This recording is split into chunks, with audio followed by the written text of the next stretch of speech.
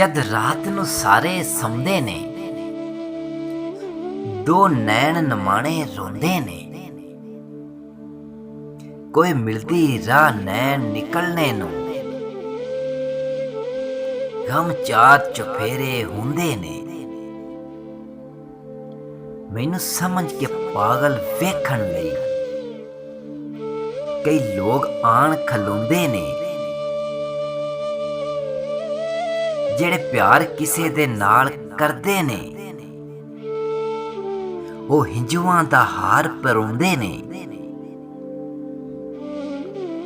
ਜਦ ਮੁੱਕ ਜਾਣ ਅਥਰੂ ਅੱਖੀਆਂ ਵਿੱਚੋਂ,